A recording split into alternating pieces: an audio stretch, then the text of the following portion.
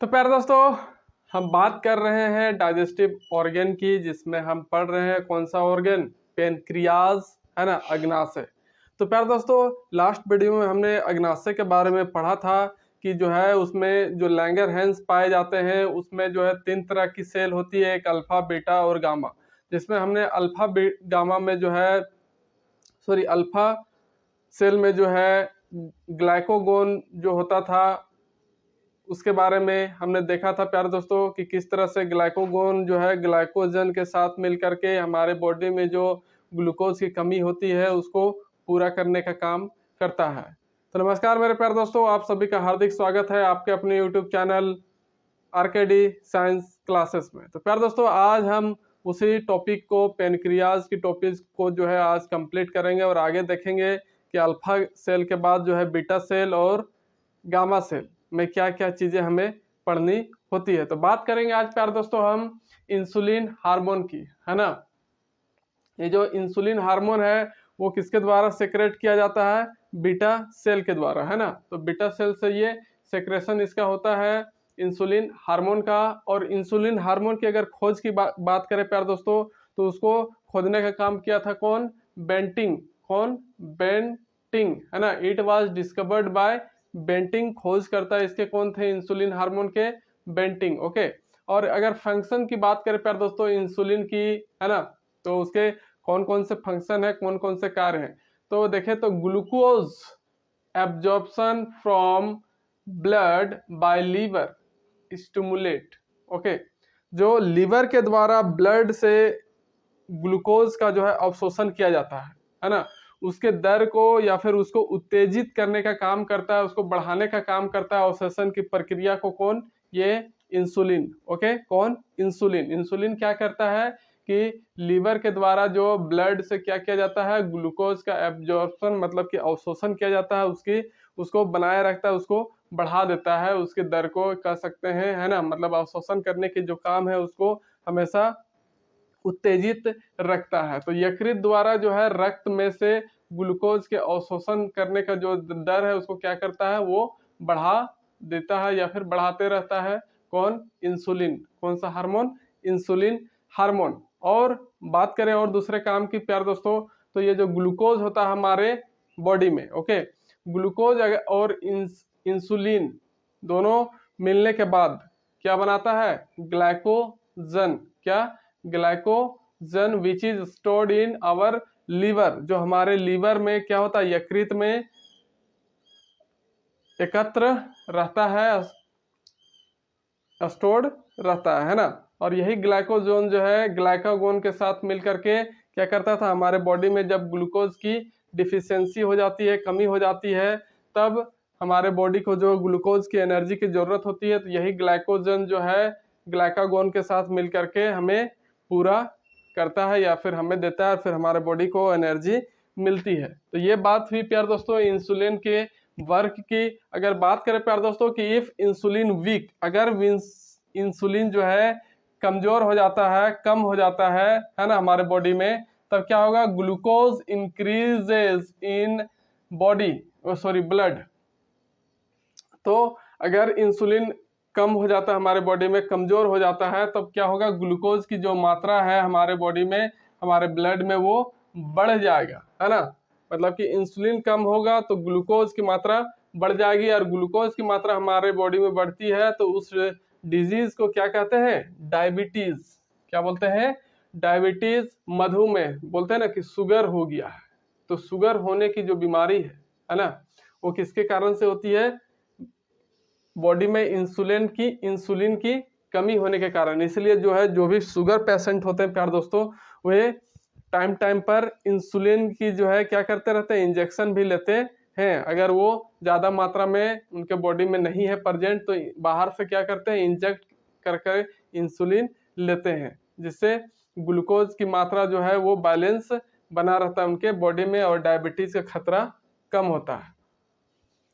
अब इस तरह से देखा हमने प्यार दोस्तों इंसुलिन हार्मोन का, इंसुलिन हार्मोन किस तरह से हमारे बॉडी में काम करता है, इसके कमी की वजह से कौन सा रोग होता है, डायबिटीज, शुगर, मधुमेह, कुछ भी कह लीजिए, वही चीज है। ओके, अब बात करेंगे प्यार दोस्तों गामा सेल की, है ना। ये जो गामा सेल है, गामा सेल में क्या होता है, it also called F cell, है ना। गामा सेल को ही दूसरे नाम से क्या जाना जाता है, F cell. Pancreatic peptide formed, है ना। तो ये गामा सेल में क्या होता है कि पेनक्रियाटिक पेप्टाइड का जो है निर्माण होता है, अग्नाशय पेप्टाइड बनाती है कौन, ये वाई सेल। अब बात करेंगे कि ये जो पेनक्रियाटिक पेप्टाइड है इसमें क्या होता है, इस पेप्टाइड के थ्रू किसका फॉर्मेशन होता है। तो पेनक्रियाटिक पेप्टाइड से जो है प्यारे दोस्तों पेनक्रियाटिक जूस, किसका, पेनक्रियाटिक जूस मतलब कि अग्नाशय रस जो है बनाने का काम करता है कौन, पेनक्रियाटिक पेप्टाइड। ओके, और इस पेनक्रियाटिक जूस में क्या क्या चीज मिले होते हैं, एक तो होता है ट्रिप्सिन। ट्रिप्सिन क्या करता है, डाइजेस्ट प्रोटीन। ओके, प्रोटीन को जो है पचाने में काम करता है कौन, ट्रिप्सिन। मतलब कि जो भी हम खाते हैं और जो भी हमारा प्रोटीन मिल रहता है फूड में, उसको डाइजेस्ट, उसको पचाने का काम करता है ये ट्रिप्सिन। और ये है अमाइलेज, क्या है, अमाइलेज। तो अमाइलेज क्या करता है प्यारे दोस्तों, डाइजेस्ट कार्बोहाइड्रेट। कार्बोहाइड्रेट जो होता है हमारे फूड में उसको पचाने का काम कौन करता है, ये अमाइलेज। ओके, और एक होता है लाइपेज, क्या, लाइपेज। तो ये लाइपेज क्या काम करता है प्यारे दोस्तों, लाइपेज जो है हमारा भोजन में जो फैट होता है उस फैट को जो है फैटी एसिड में, वसीय अम्ल में जो है कन्वर्ट करने का काम करता है, बदलने का काम करता है। अगर बात करें प्यारे दोस्तों अग्नाशय रस की, है ना, पेनक्रियाटिक जूस का, तो इसका जो पीएच वैल्यू होता है प्यारे दोस्तों, पीएच मान वो कितना होता है, 7.9 से 8.1, मतलब कि उसका नेचर की बात करें तो वो क्षारीय नेचर का होता है, बेसिक नेचर का होता है। और ये जो अग्नाशय रस है, पेनक्रियाटिक जूस है प्यारे दोस्तों, it also called complete digestive juice, है ना। इसको दूसरे नाम से भी जाना जाता है जिसको बोलते हैं पूर्ण पाचक रस। क्या, पूर्ण पाचक रस भी कहा जाता है किसको, पेनक्रियाटिक जूस को। पेनक्रियाटिक जूस को क्या कहा जाता है, पूर्ण पाचक रस, कंप्लीट डाइजेस्टिव जूस। ओके, तो ये हुआ बात प्यारे दोस्तों पेनक्रियाज का। पेनक्रियाज के बारे में हमने सारा चीज पढ़ लिया, अल्फा बीटा गामा तीनों सेल के बारे में हमने देखा, इंसुलिन से लेकर ग्लाइकोगन से लेकर कैसे कैसे सारा चीज वर्क करता है, इन सारी चीजों के बारे में हमने देखा प्यारे दोस्तों। तो प्यारे दोस्तों मैं आप लोगों से यही कहना चाहूंगा कि अगर आप चैनल में आए हैं, नए हैं, तो जरूर से चैनल को लाइक करना ना भूले और साथ ही साथ सब्सक्राइब जरूर कर ले और बेल आइकन को भी एक्टिव कर ले, और वो जितना हो सके प्यारे दोस्तों उतना अपने दोस्तों मित्रों के बीच में जरूर से जरूर शेयर करें, मेरा आपसे विनम्र निवेदन है ये।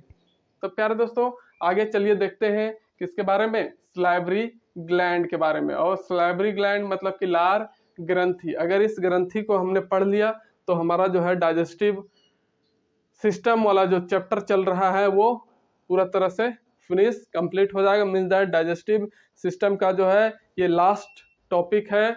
उसके बाद डाइजेस्टिव सिस्टम क्लोज, उसके बाद हम नेक्स्ट चैप्टर में आएंगे और नेक्स्ट चैप्टर में हम पढ़ेंगे न्यूट्रिएंट्स के बारे में।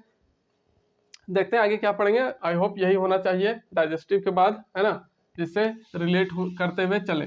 तो सलाइवरी ग्लैंड की बात करें प्यारे दोस्तों, लार ग्रंथि की, तो जो लार ग्रंथि होता है ये किसका पार्ट होता है या फिर किस में पाया जाता है, बकल कैविटी में, है ना, found in buccal cavity. Okay, मुख गुहा में जो है पाया जाता है। हमारे मुंह में जो है ये लार यहाँ पर बनता है, आप सभी को जानते होंगे, लार से वाकिफ होंगे, है ना। तो यही जो है बकल कैविटी में ये पूरा हमारा चेहरा वाला अंदर का भाग होता है, उसी को बोलते हैं बकल कैविटी।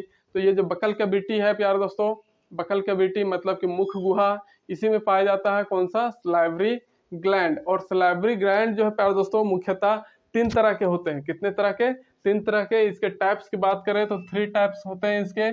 कौन कौन से, एक पैरोटाइड और एक सबलिंगुअल और एक सब मैंडिबुलर। कौन कौन सा, एक फर्स्ट है पैरोटाइड, सबलिंगुअल और सब मैंडिबुलर। ओके, तो इस तरह से हम यहाँ देख रहे हैं ये फिगर, और फिगर में इस तरह से 3 ग्रंथियां बनी हुई है ना। फर्स्ट, सेकेंड और ये थर्ड। ओके, तो फर्स्ट का नाम पैरोटाइड, पैरोटाइड। ये सेकेंड वाला ऊपर वाला नाक के पास वाला हिस्सा सबलिंगुअल, सबलिंगुअल।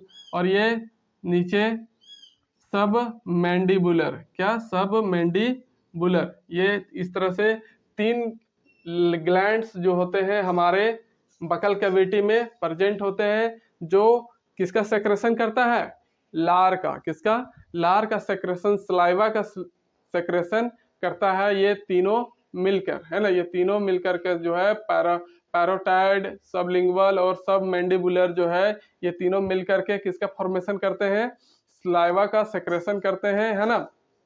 अगर लार की बात करें सलाइवा की, तो ये जो है प्यार दोस्तों, इसका पीएच वैल्यू कितना होता है, 6.8।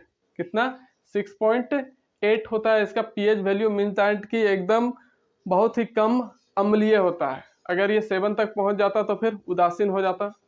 तो फिर अगर बात करें कि एक दिन में हमारे बॉडी में कितना जो है लार का जो है फॉर्मेशन होता है, कितना लार जो है बनता है, तो पर डे जो है 1.5 लीटर, कितना, 1.5 लीटर पर डे जो है लार का फॉर्मेशन, लार का सेक्रेशन होता है हमारे बकल कैविटी में। और अगर लार की बात करें प्यार दोस्तों, तो लार में जो है 99% क्या होता है, वाटर होता है। 99% वाटर होता है और 1% सिर्फ क्या होता है, इंजाइम। क्या होता है, 1% इंजाइम होता है। और इस 1% में जो है प्यार दोस्तों 2 तरह के इंजाइम होते हैं, एक टाइलिन, है ना, क्या, एक टाइलिन और एक लाइजोजाइम।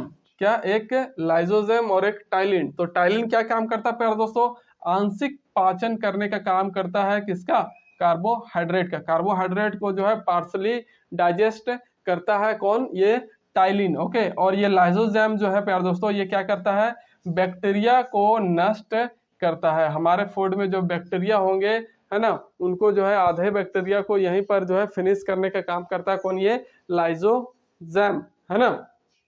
तो इस तरह से हमने देखा प्यार दोस्तों कि डाइजेस्टिव सिस्टम में जो पेनक्रियाज है, पेनक्रियाज के बारे में हमने पूरा कंप्लीट देखा। और साथ ही साथ जो है आज हमने ये सलाइवरी ग्लैंड के बारे में देखा, जो हमारे पाचन में जो है डाइजेस्टिंग सिस्टम में जो है बहुत ही अहम, बहुत ही इंपॉर्टेंट रोल प्ले करता है। तो इस तरह से हमारा जो है डाइजेस्टिव सिस्टम का जो है चैप्टर प्यार दोस्तों पूरा तरह से क्लोज हो गया, कंप्लीट हो गया। तो प्यार दोस्तों आपसे यही उम्मीद है और यही अनुरोध है, यही रिक्वेस्ट है कि आप प्लीज़ अगर चैनल में आए हैं तो चैनल को क्या कीजिए, लाइक कीजिए, शेयर कर दीजिए और फिर सब्सक्राइब करके बेल आइकन को भी एक्टिव कर दीजिए। प्लीज़ आपसे मेरा ये विनम्र अनुरोध है। तो प्यार दोस्तों मिलते हैं नेक्स्ट वीडियो के साथ, जो होगा एक नए चैप्टर के साथ।